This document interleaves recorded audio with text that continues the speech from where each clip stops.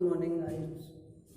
सभी बच्चों को सुबह की हार्दिक शुभकामनाएं। भगवान की कृपा से आज उतने ही आप लगन से, मन से, डिवोशन से पढ़ रहे होंगे और आशा करते हैं कि आप सब लोग परीक्षा में बहुत अच्छे मार्क के साथ उत्तीर्ण होंगे। आज इंटर के लिए टॉपिक यही है आपका IUPAC। बहुत बच्चों ने कहा है कि इसका ही कई बार हमें दिक्कत आ जाती है, हम समझ नहीं पाते। सबसे पहले ये दिमाग में आपको चल रहा है IUPAC है क्या, भला है इसका फुल फॉर्म क्या होता है। पहले इसका नाम ही जान लीजिए, inter national union pure and applied chemistry, ये इसका नाम होता है। Union pure and applied chemistry, ये IUPAC का नाम होता है, फुल फॉर्म में ही हो गया।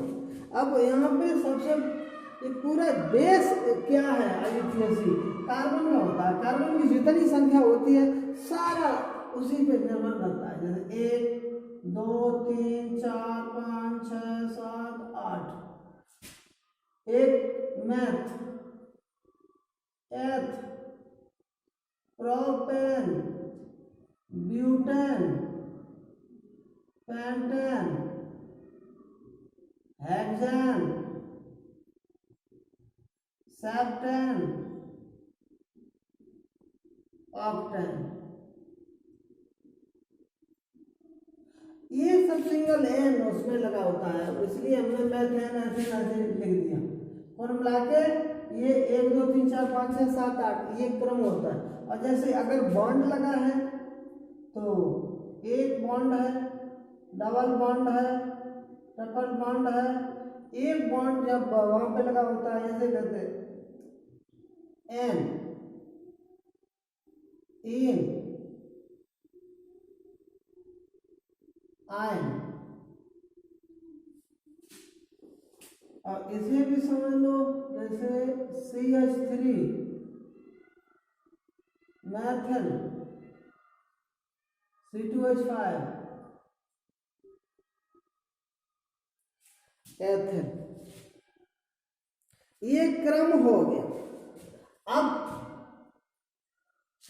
यहाँ पे और चीज लिख लो, Cl Br I chloro, bromo, iodo, fluoro, ये हो गया। अब हमें श्रृंखला का चयन करना होता है। सबसे बड़ी बात ये CH3 CH2 CH2 CH2 CH3 CH3, इसका IUPAC नाम हमें देखना है।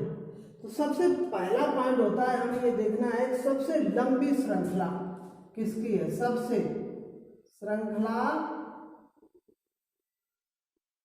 लंबी कौन सी है, उस हिसाब से हम उसका चयन करेंगे। तो अब देखो 1 2 3 4 5 ये हो गई, 1 2 3 4। अब किधर से होगा, 1 2 ये वाली श्रृंखला हो गई, इसे हमें चयन करना है। पहले तो अब ये हो गया। अब हमें देखना है जो प्रतिस्थापी, जो इसमें चयन में जो अलग पदार्थ लगे होते हैं उसको प्रतिस्थापी कहते हैं, वो कहाँ पे लगे हैं। और अब नंबर आया है कि हम किधर से शुरुआत करें, तो जो पास में हो प्रतिस्थापी उसके पास से ही हम गिनना शुरू करेंगे। अब जैसे ये लगा हुआ है, अब यहाँ से 1 2 3 इधर से भी हो गया, 1 2 3 इधर से, तो हम चाहे जिधर से गिन लें कोई फर्क नहीं पड़ता। चलिए इधर से 1 2 3 4 5 और चौथे नंबर पे है, ये कौन से नंबर पे, 3, तो क्या नाम हो गया,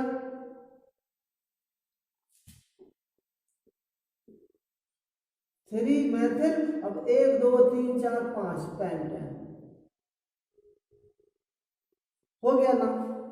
अब इसी में CH3 CH2 CH2 CH2 CH3 CH3। अब उसमें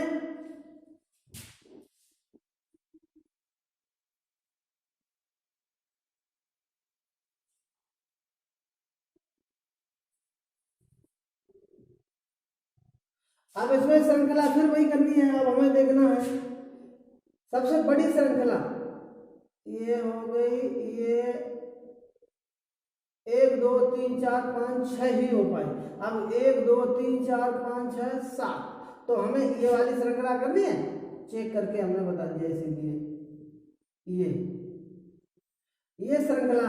अब हमें प्रतिस्थापी देखना है कहाँ पे, ये वाला है। और हमें नंबर कैसे डालना है, 1 2 3 4 5 6 7, मतलब कौन सा 5 में है, 1 2 3 4 5 6, ये छठे नंबर पे हो गया। इधर से 1 2 3 3, तो इधर से हम क्रम डालेंगे 1 2 3 4 5 6 7। तो अब तीसरे नंबर पर है 3, और ये क्या हो गया, मेथल, और 7 सेप्टेन, ये नाम हो गया आपका। अब इसी में दूसरा देख लें,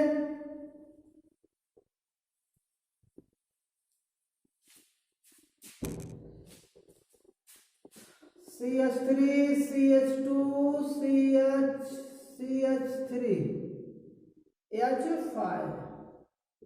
अब 1 2 3 4 5, अब प्रतिस्थापी पहले यहाँ पे है तो ऐसे जोड़ो 1 2 3 4 5। अब लिखने का क्रम कैसे होगा, अब देखो ये क्या है, मेथिल, M बनेगा। ये क्या है, एथिल, E बनेगा।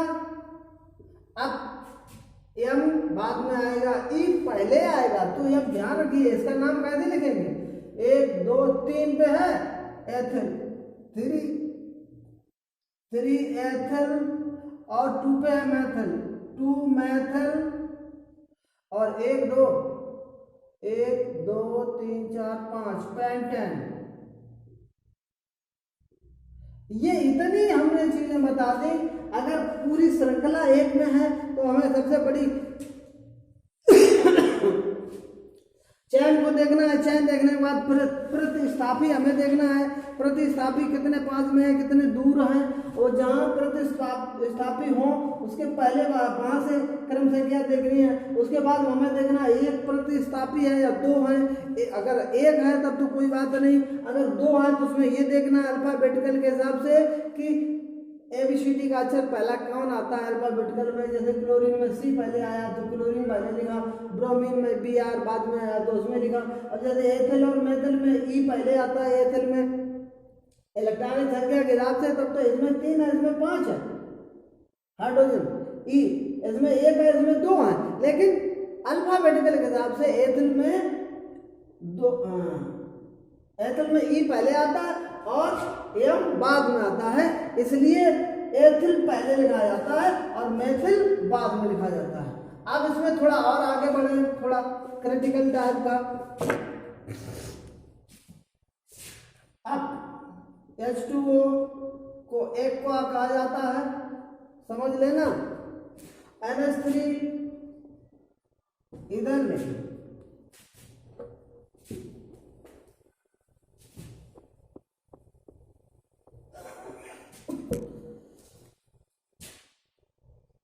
H2O NH3 CO CN और इसको कहा जाता है एक्वा, एमाइन, कार्बोक्सिल, साइना। अब IF वही chlorine bromine iodine, iodo fluoro chloro, ये लिख दिया। अब इसका लिखने का तरीका जो नई चीजें होती हैं इसमें सबसे मेन पॉइंट समझ लो आप। सबसे पहले साधारण नाम,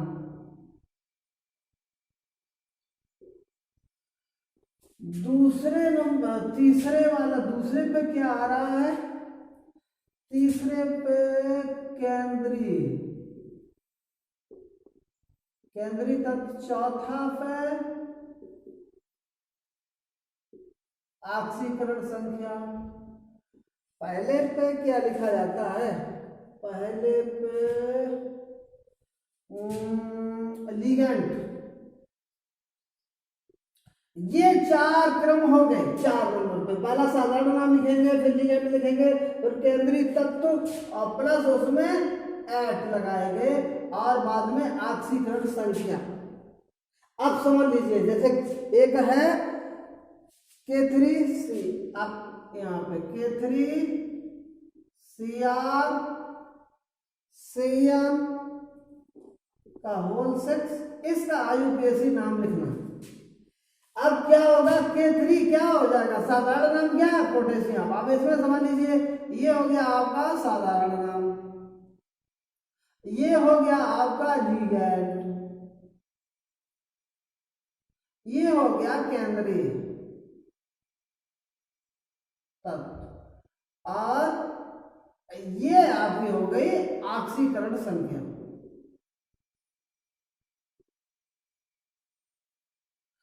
ये हो गया चारों में एरो लगा के बता दिया। अब इसका कैसे निकालना है, अब देखो K3 क्या हो गया, पोटेशियम,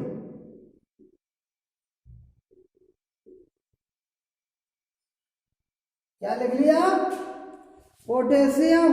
अब लिगेंड दूसरे नंबर में लिखा जाएगा, ये क्या है, 6 क्या है, हेक्सा। फिर CN को क्या कहा जाता है, साइनो। अब केंद्रीय क्रोमियम कहा जाता है, क्रोमेट।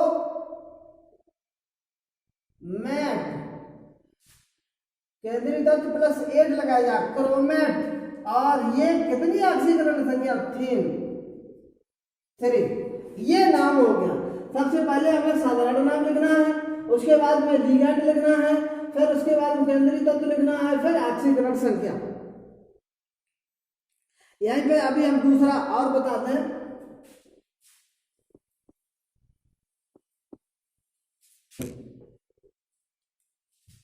Fe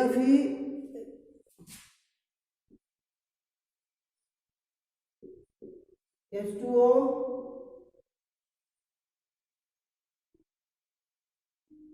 का होल 6,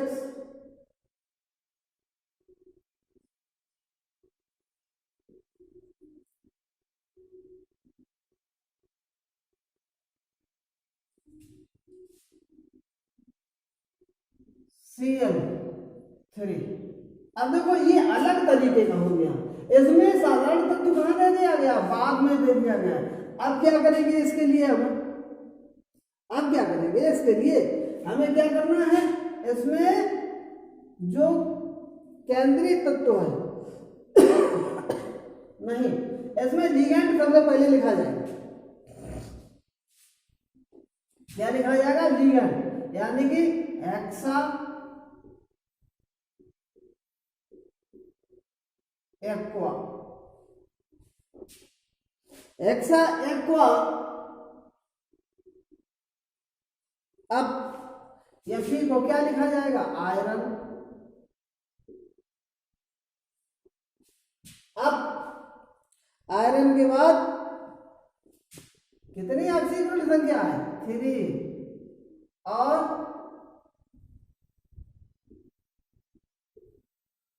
क्लोरेट।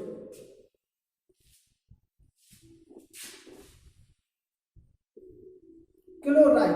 अब यहाँ पे ये बदल जाएगा, ये क्लोरीन को क्लोराइड हो जाएगा, फ्लोराइड हो जाएगा, आयोडाइड हो जाएगा। अब यहाँ पे इतना हो गया। अब पहले वाले में तो क्या था कि केंद्रीय तत्व साधारण इधर नाम था, केंद्रीय तत्व था, लिगेंड था। अब यहाँ पे क्या हो गया, ये केंद्रीय तत्व तो है, लिगेंड हो गया, और बाद में ये सबसे बाद में दे दिया गया आपका साधारण तत्व। तो इसका थोड़ा दिमाग लगाना है यहाँ पे, नहीं तो गड़बड़ हो जाएगा। जैसे एक और देख लीजिए यहीं पे Cr और Cl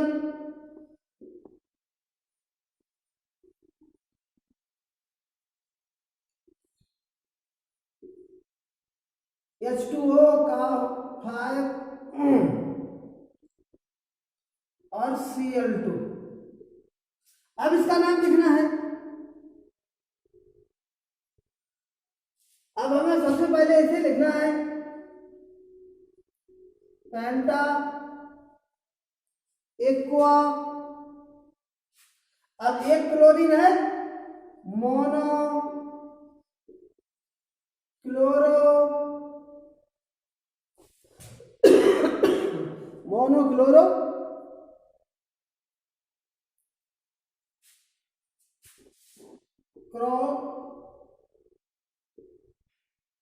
क्रोमेट 2।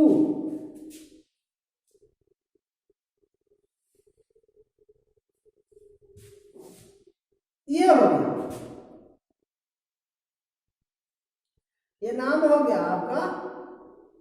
बाद में क्लोराइड।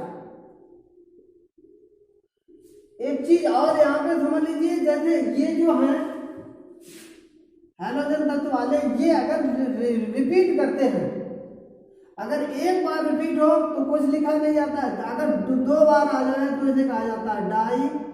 एक को मोनो कहा जाता है, एक को मोनो, दो को डाई, तीन को ट्राई, चार को टेट्रा, पांच को पेंटा, ऐसे करके लिख दिया। जैसे यहाँ पे Cl है, मोनो हो गया। अब जैसे हमें ऑक्सीकरण संख्या निकालनी है, यहाँ पर जैसे ही हमने लिख दिया ऑक्सीकरण संख्या 2 3, ये कैसे होता है, ये निकालने का तरीका भी समझ लो। ऑक्सीकरण संख्या अगर आ जाए पेपर में तो क्या करेंगे, ऑक्सीकरण संख्या भी समझ लो।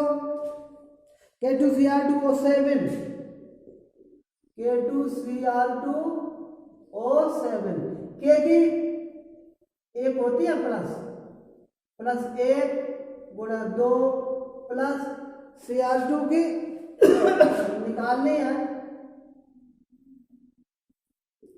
प्लस 2 गुणा 7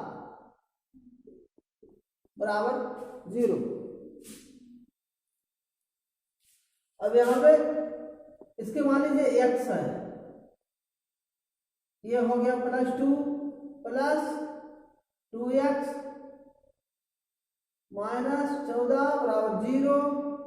2x इधर जाएंगे प्लस हो जाएंगे 14 माइनस 2 बराबर 12, x बराबर +6 आ गई। तो ऐसे ऑक्सीकरण संख्या निकाल लेते हैं। अब इसी का आप दूसरा निकाल लें, KMnO4, K की +1 हो गई,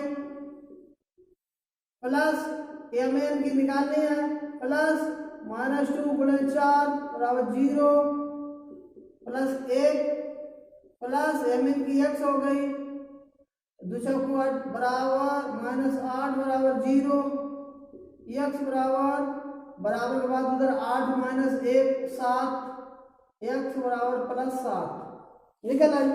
ये आपकी ऑक्सीकरण संख्या हो गई।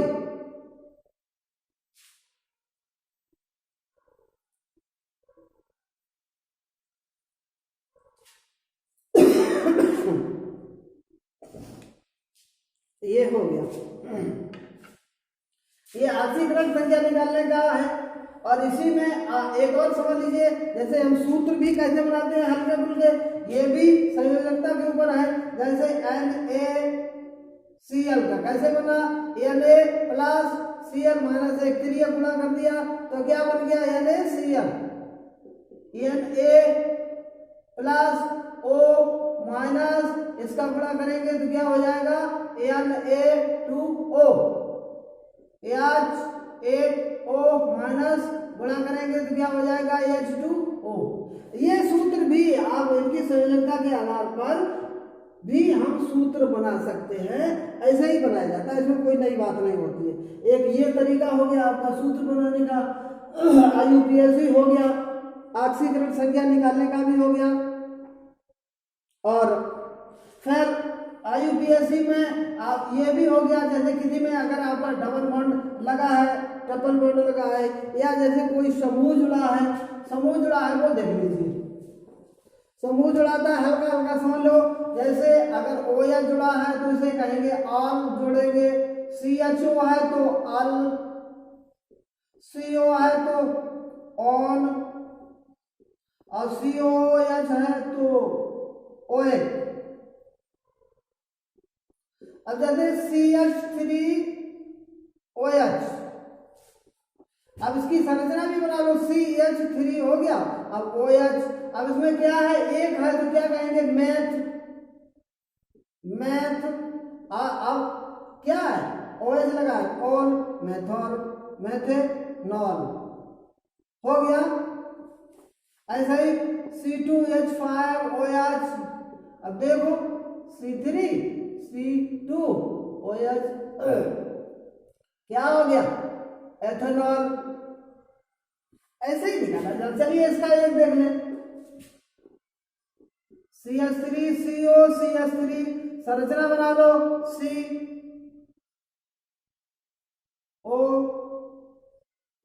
ये हो गया। अब कितने हो गए, 3 प्रोपे। अब क्या CO लगा है, डबल बॉन्ड यहां पे, क्या जोड़ा जाएगा, प्रोपेनॉल हो गया नाम। ऐसे ही लिखा जाता है। अब CH3COOH, इसका भी देख लो, संरचना बना लो, COH, क्या 2 हैं,